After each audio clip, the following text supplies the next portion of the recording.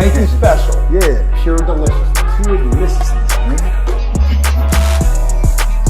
My name is Banky, man. Everybody calls me Banky. That's the name that I got from my grandmother when I was young. I'm coming out here after 30 years. Yeah, I ain't got nothing, but I'm gonna have something because I'm rich in personality, you know, and I'm rich in love. My family love me, and that's really all that counts.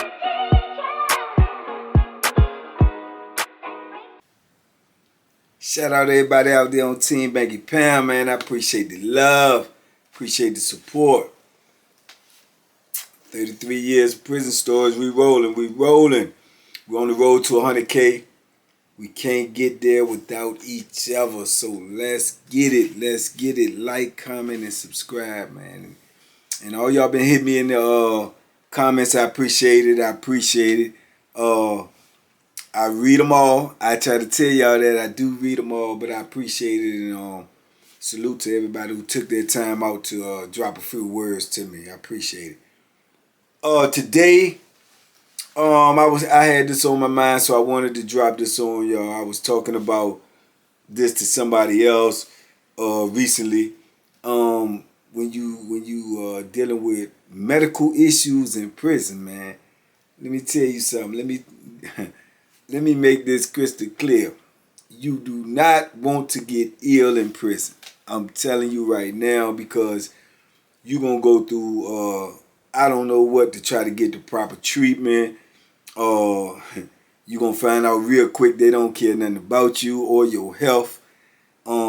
Gives great meaning to, new meaning to your health is your wealth. Because when you in there and you get sick, you're on your own. You are definitely on your own. And I've been through it many times with different issues. You know, I've had tooth issues. I've had surgery on my hand. The surgery part is crazy. They got crazy rumors in prison. Don't know if they authenticated or not. But I remember when I first came in, you know, people used to talk about the medical issues in there a lot. And they used to say, you know, this dude that was supposed to get his feet amputated one time in prison, and he went in there and they ended up amputating the wrong feet. You know, yeah, they ended up amputating the wrong feet, so they had to amputate his other feet. And he ended up getting out of prison, you know, because of those faux pas. But where you going when you get out? You ain't got no feet. You know what I'm saying? And I know it's not funny, but it's just crazy because the things you have to go through in medical in there is just out of this world. I've seen dudes have to fight the police and to get medical attention. I've seen dudes have to go lay out on the floor and refuse to go in their cell, get charges and everything, just because they want medical attention, just because they need medical attention. And it's rough, man. It's rough. And they usually say all the doctors that's hired in DOC has usually been fired from private practice in the outside world, and the only place they can work is DOC. Because you would ask yourself, why would a man or woman or whoever go through so many years of medical school just to be a doctor, then come work in prison? You know, it's because most of the time it's like they have no other choice. But it's crazy. I've met some crazy doctors. I just had I was just with a crazy doctor on Nottoway, man. It was an old guy, man, an old black guy, man, real small. He was off the chain. Everybody knew it. He probably was about 90 years old or close to 90, late 80s, 90 something. Real small guy, man, probably weighed about 125 pounds. Dark skin. I think he was like an African dude or something. They said he was rich and he didn't really have to do it. He was in his retirement and that's what he do. But man, he was mean as a rattlesnake. I mean, mean as a rattlesnake. Even when you go in there to see him for any issue, man, he pushing all on you, and he gets mad off the rip if he see you got tattoos. If you got any type of tattoos, he is just, why'd you do that to your body? What's wrong with you? You know, it's just, go ahead, sit on the table. And he just get vicious. and he be talking to you crazy. I was wondering why this guy can't get fired, man, but they couldn't fire him or wouldn't fire him. But he was mean. He was real mean, and he'd look at you and he'd check you out or whatnot. But if you had some tattoos on you, he gonna give you the business. That's gonna be everything that he talk about. He not worrying about what you talking about. You got a pain over here, pain over there. He's gonna check all of that. But his main thing is gonna be about these tattoos. Why you do that? Why do people do that to their body, man? It's just so ignorant, so stupid, you know.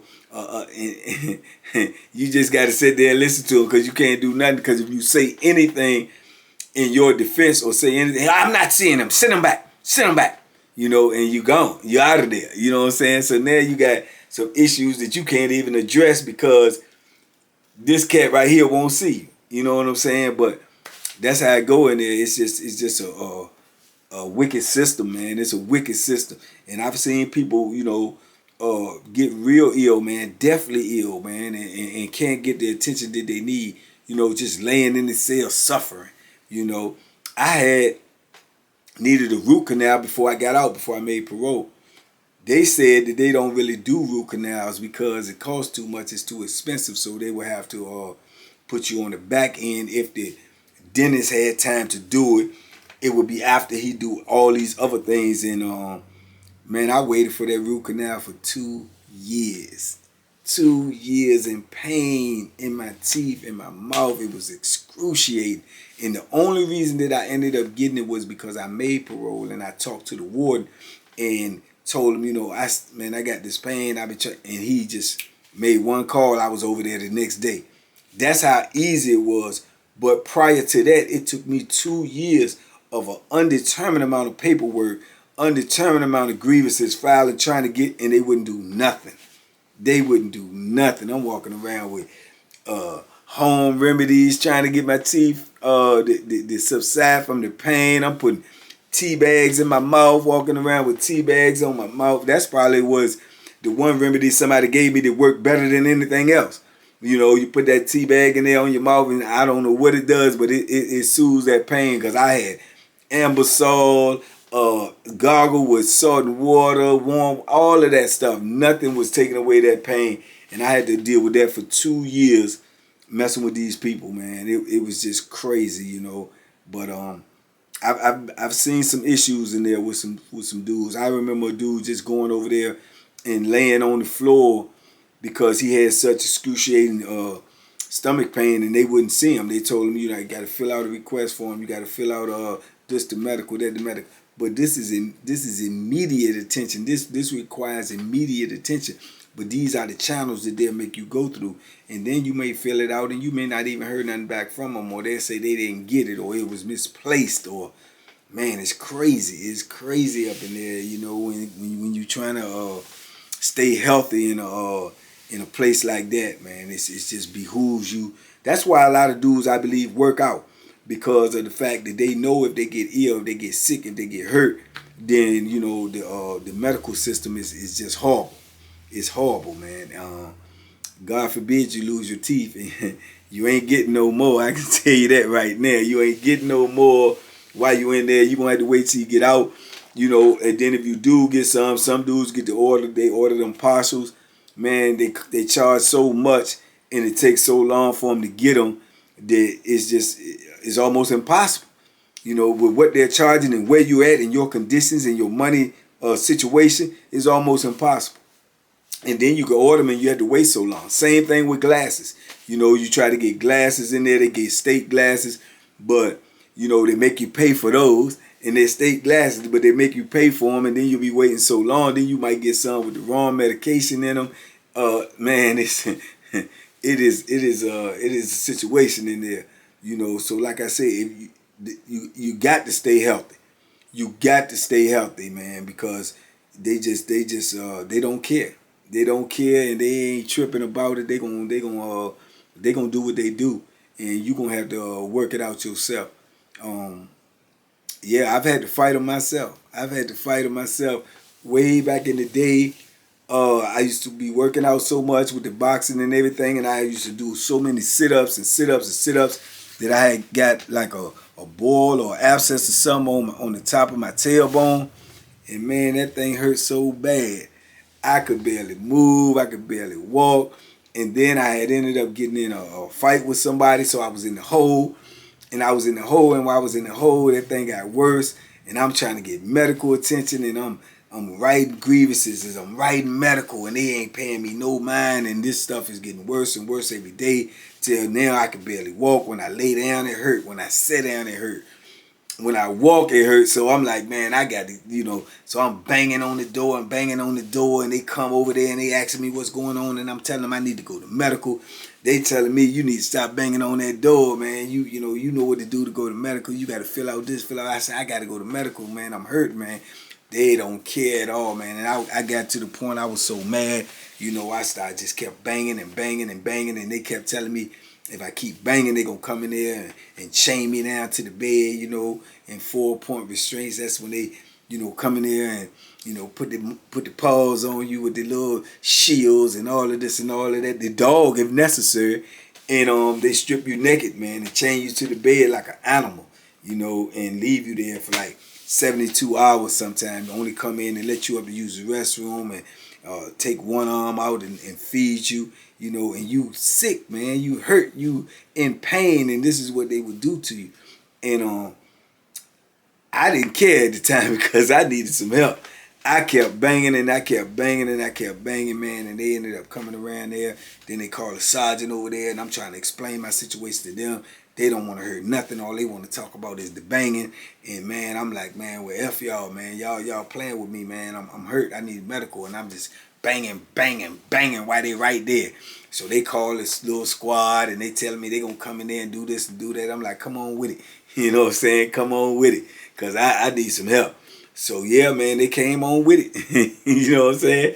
They came on with it, man. They came in there, we rumbling and tussling. They get me down, chain me all up and everything, and they land me, on my back, which making the pain even more excruciating. And I'm chained down. Then I'm feeling humiliated, and I'm feeling mad and angry, and I'm like, man, I want blood, And it was crazy. It was just super crazy, man. And yeah, I ended up getting the medical after that situation, only because medical had to see you, because whenever there's an altercation between you, or physical altercation between you and the police, medical has to come. So then I ended up getting over there. I ended up getting treatment for the situation or whatnot. But I ended up getting charges as well. You see what I'm saying? You have to go through all of that just to get some relief. Just to get some type of, comfort in your body, because this is what they're making you go through. Crazy, man. Crazy situations. And I've known dudes that be in there, man, and get real sick. And the people don't do nothing to them, man, and they end up getting worse than they was before, or they ended up passing away.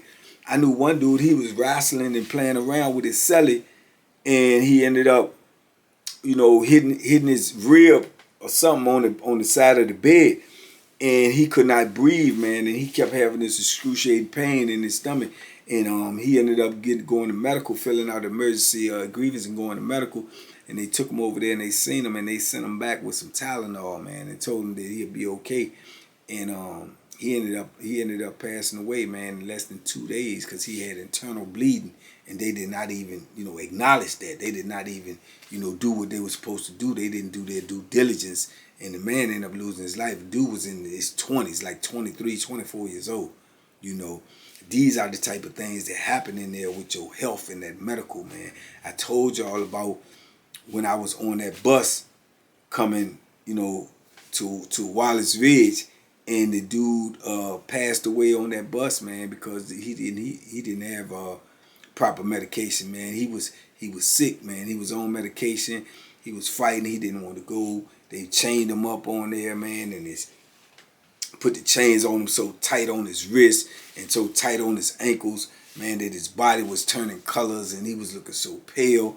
And he ended up passing away right there on that bus, man. And they took him off of that bus and was trying to revive him and, do all of this stuff when it was obvious that he was already gone, to another place, man. But this is the type of things that they'll do once it got so serious now that they know somebody's going to have to be responsible for this. So when that happened, they had,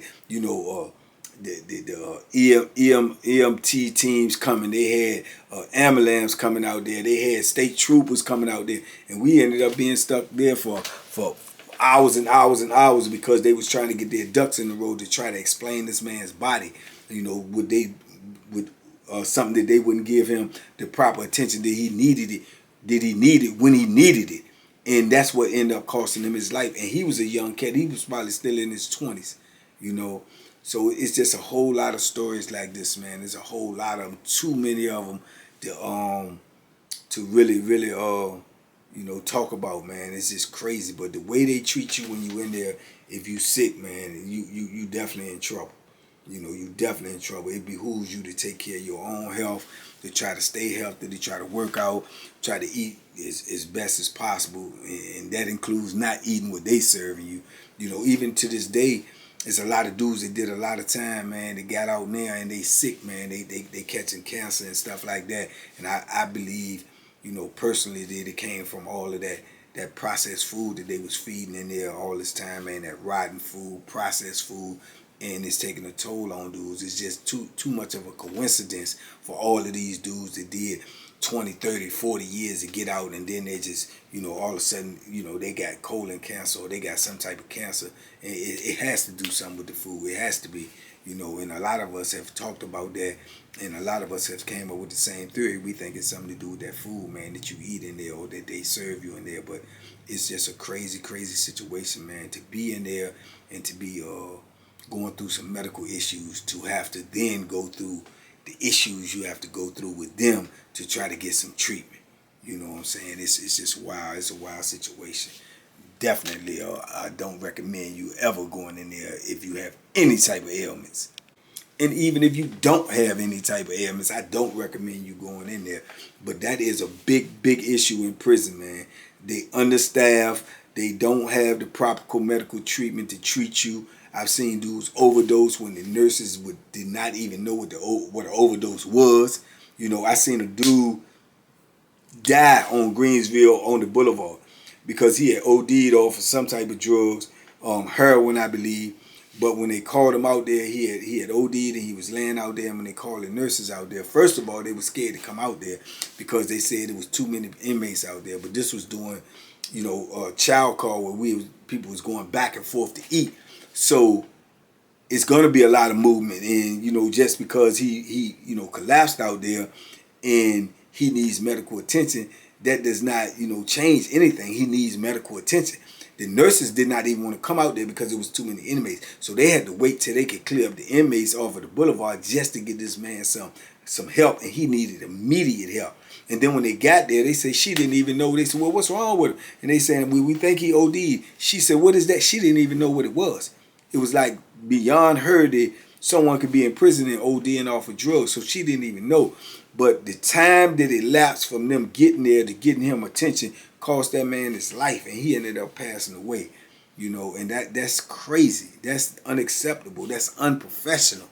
But that's prison. You know what I'm saying? That's the value that they put on your life. Zero. Zero. You know, zero. It's just like when a dude get hit up with that Bethlehem.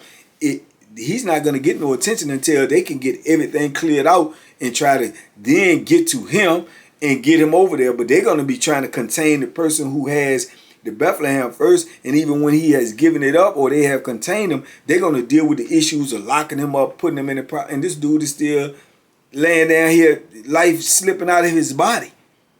Slipping out of his body, man. It's crazy. And God forbid you get hit up bad enough where you got to go on a helicopter or something, because by the time you get there, you probably going to be DOA.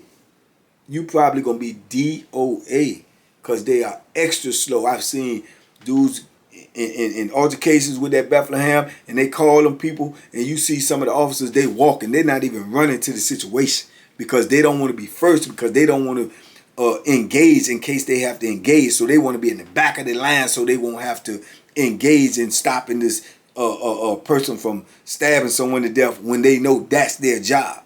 That's what they signed up for. You see what I'm saying? But the dude that's getting the blunt of the altercation, he's in more trouble than he could even imagine. Because whatever somebody else did to him with that, for him to get the proper attention that he need to probably survive or to get help, it's going to take forever. It's going to take forever, man. It's going to take, I've seen it too many times. And a lot of lives have probably been lost because of the lack of dedication, the lack of professionalism that these people have, and the lack of concern for your life that they have in there. But it's vice versa. Is on the opposite end. When the officer get hurt, they come running. They come running immediately. They're going to do everything they can. He's going straight to medical. If he has to get up out of there, they have an ambulance on deck ready to zoom him somewhere. But it's different for us. It's very, very different. You know, our life has no value, no urgency, no, we got to get there, we got to get up. Nah, you ain't getting none of that. You ain't getting none of that. So you put two and two together, you in a violent environment, you in a hostile environment where anything can happen at any time, and you have to protect yourself and have your mindset ready to protect yourself, defend yourself from those situations. But if in any event that you end up getting hurt, then you ain't even in a worse predicament than you thought you was. You know, that's not even your first or your last worry about what somebody's doing to you. Your last worry is, what type of help am I going to get, you know, if somebody do something to me? You know, how much is that going to affect my survival rate? Crazy situation, man. And I've seen so many of them, man, where dudes have ended up losing their life or getting hurt beyond repair just because they didn't get the proper medical attention or the immediate medical attention that they needed. That possibly could have been the difference in saving their life or you know, making them, you know, in a position where they would have been functionable or at least close to back to normal as they was before the altercation occurred, man. Yeah, it's a mean situation, man, and I thank God every day that I didn't have to deal with that. You know, when I even had the surgery on my hand, man, I went through issues with that. I don't know if I spoke on it in other videos or not, but I remember when I was at the emergency room, and the doctor told the COs who was transporting me that, oh, you have to take him to a specialist. He had to go to University of Virginia. You know, his hand is too messed up for us to deal with it. He has to go to a specialist. And you need to get him there as soon as possible, because if not, the nerve damage in his hand is going to be so bad that he may not never be able to use his hand again.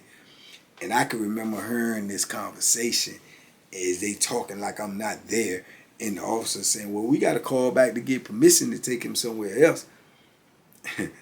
And I can remember thinking to myself, if these people don't get me to where I need to get in enough time and I end up can't use my hand, man, it's going to be, it ain't going to be good for nobody, you know. But thank God, you know, I ended up getting there and, you know, ended up getting the medical attention that I needed, man. But yeah, it's a vicious world in there, man. It's a vicious world all the way around the board, but it's even more vicious when you're sick or when you're hurt in prison. You know, your problems have compounded, man. They double because you're not going to get the attention and the help that you need. So, you know, that's just another reason for all you young fellas, you kings and queens out there, never to put yourself in a position to get locked up. Because if you do, God help you, man, because no one else will. You know, no one else will, man. But like I said, I just wanted to speak on that real fast. I know this is a short video. I'm on the move right now. I'm doing a lot of things, but I will be back with y'all in 1 second, man. So y'all hold what you got. I appreciate the love. Y'all like, comment, and subscribe. Hit me in the comments and let me know if you got somebody in there that's locked up, man. Hold them down because they need you. They need you. Trust me, they need you. But like I say, it's a blessing in every lesson, man. And the blessing is you ain't in there, and you don't ever have to be in there. Just take all of these lessons, man, of what I'm giving y'all about what's going on the inside of them walls, you know, on the other side of this world. Is people suffering every day, man, from bad decisions. So, man, y'all be safe, be smart, make good decisions, stay out here, stay free. Don't put yourself in these situations where you have someone else that has total control over your life and they don't care nothing about your life. It's a wicked position to be in, man. Try not to never be in it. So y'all be safe, be smart, make good decisions, man. I see y'all in a minute. And duck. Boom, boom, boom, boom. boom, boom, boom. Duck them hooks and duck the penitentiary. We out here.